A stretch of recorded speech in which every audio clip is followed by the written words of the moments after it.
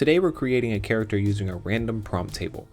This time I rolled a fish for the animal, an anchor for the prop, overconfident for the personality, and pirate for the occupation. At first I wasn't entirely sure what I wanted to make. I knew I wanted a big, strong pirate carrying an anchor, but as I started sketching, the character kinda developed his own story. I imagined this goofy fish pirate who somehow ripped an anchor off of a ship and is now proudly showing it off to his crew like he's just accomplished the greatest feat in pirate history. After a few sketches and some color exploration, I settled on a final design. Now let's get started. I began with a simple wire armature. The arms and legs ended up a little longer than I wanted, so I trimmed them down before covering everything with a layer of liquid clay and building up the body. At this stage, I'm mostly focused on the silhouette and overall shape. Before worrying about details, I wanted the character to read clearly from a distance. I bulked out the torso, added some muscles, and worked on getting the proportions right.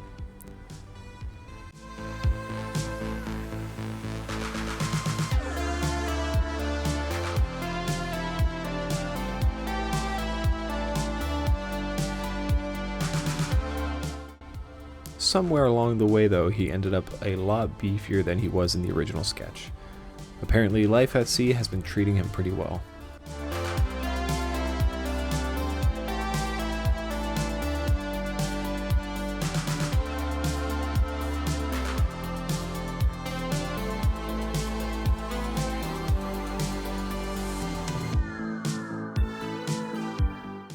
Once I was happy with the overall shape, I blended everything together with my sculpting tools and then smoothed the surface with a little isopropyl alcohol to remove fingerprints and rough spots.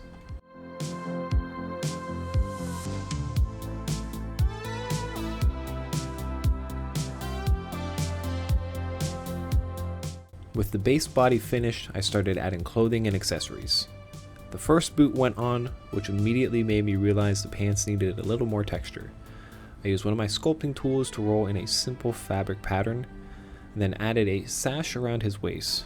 Not only does it break up the design, but it also adds the perfect place for a pirate to keep a sword.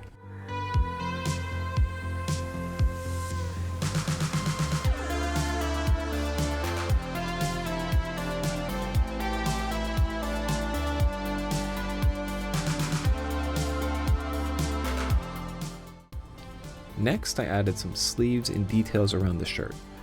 Originally, I planned on giving him a ripped v-neck, but the extra sash and layered cloth felt much more pirate-like, so I ran with it.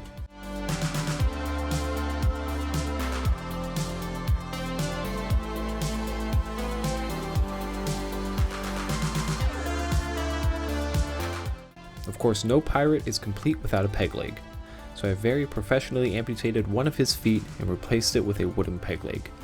I added some wood grain texture and a small rim where it connects to the pants to help separate the shapes.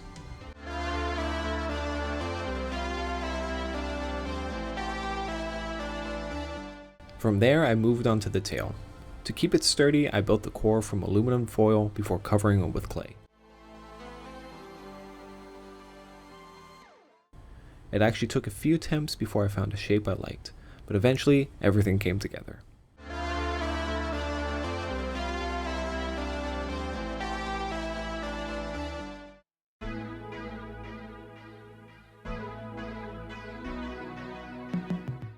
I used the same process for the dorsal fin and blended both pieces into the body with liquid clay. To create scales, I made a simple texture tool from a scrap piece of clay. Instead of sculpting every individual scale by hand, I could simply roll the texture across the surface. It saved a ton of time and gave the skin a much more interesting look.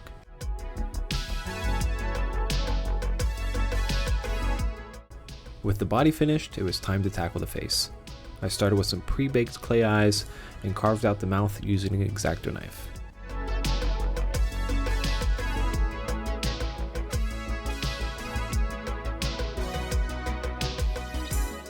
And then came the teeth. And let me tell you, the teeth were a nightmare. Getting all those tiny teeth placed correctly took almost an hour. Thankfully, you don't have to watch that part. Once they were finally in place, I added some extra detail around the eyes and mouth to really sell that overconfident grin. This is the face of a fish who's convinced he's the most feared pirate on the seven seas, despite probably getting lost in his own harbor. Next up was the anchor. Off camera, I pre-baked a basic anchor template that I could build details onto later. I knew I'd be handling it a lot during the sculpting process, so having a solid core made things much easier.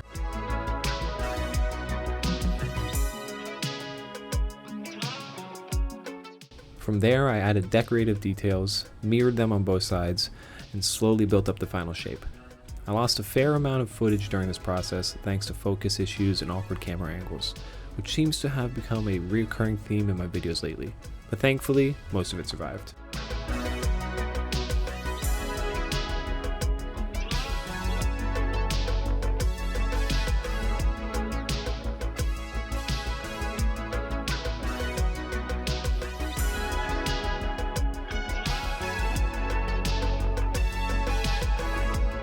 Once the anchor was finished, I positioned it in the character's hands and sculpted the fingers around it using small rolled pieces of clay.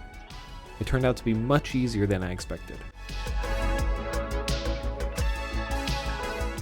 To permanently attach the anchor, I drilled matching holes into it, trimmed the wire supports, and slid everything into place. Sometimes a plan actually works exactly the way you imagined it would, and this was one of those rare moments.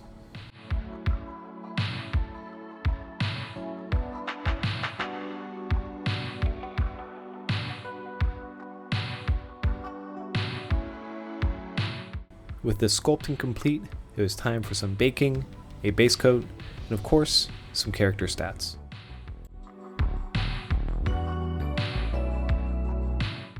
For painting, I started by establishing the shadows and then gradually built up the highlights.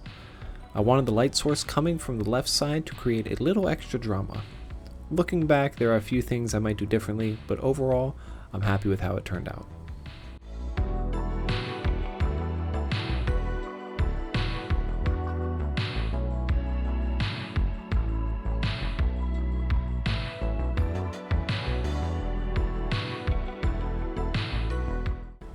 You may have noticed I laid down a bright pink base coat. My hope was that it would help the colors pop a little more. It definitely made the orange skin brighter, but it also made painting a lot more difficult. Even now, if you look closely, you can spot tiny bits of pink peeking through.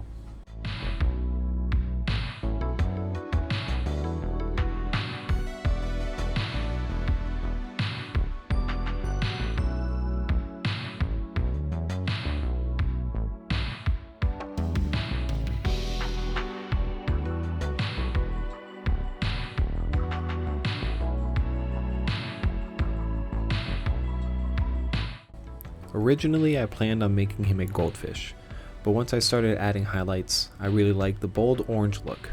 Sometimes the simplest choice ends up being the best one.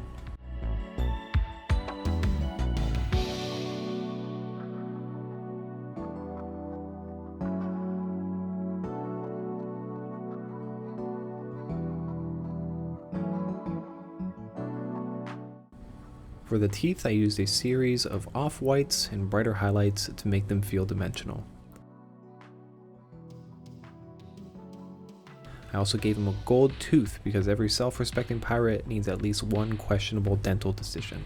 Rather than using metallic paint, I painted the gold tooth with a non-metallic metal technique, building from dark browns all the way up to bright yellow highlights before finishing with a small edge highlight to make it shine.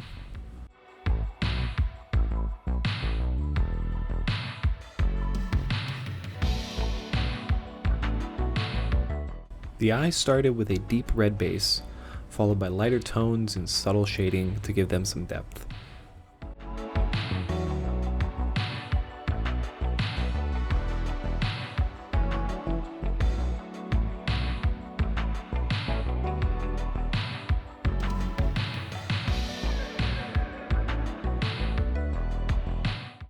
A tiny white reflection in each pupil helped bring the character to life. The peg leg was kept simple with a few shades of brown and some dry brushing to bring out the texture.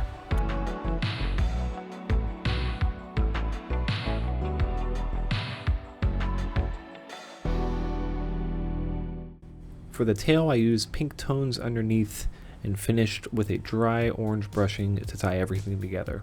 That final layer helped the skin feel much more vibrant and less flat.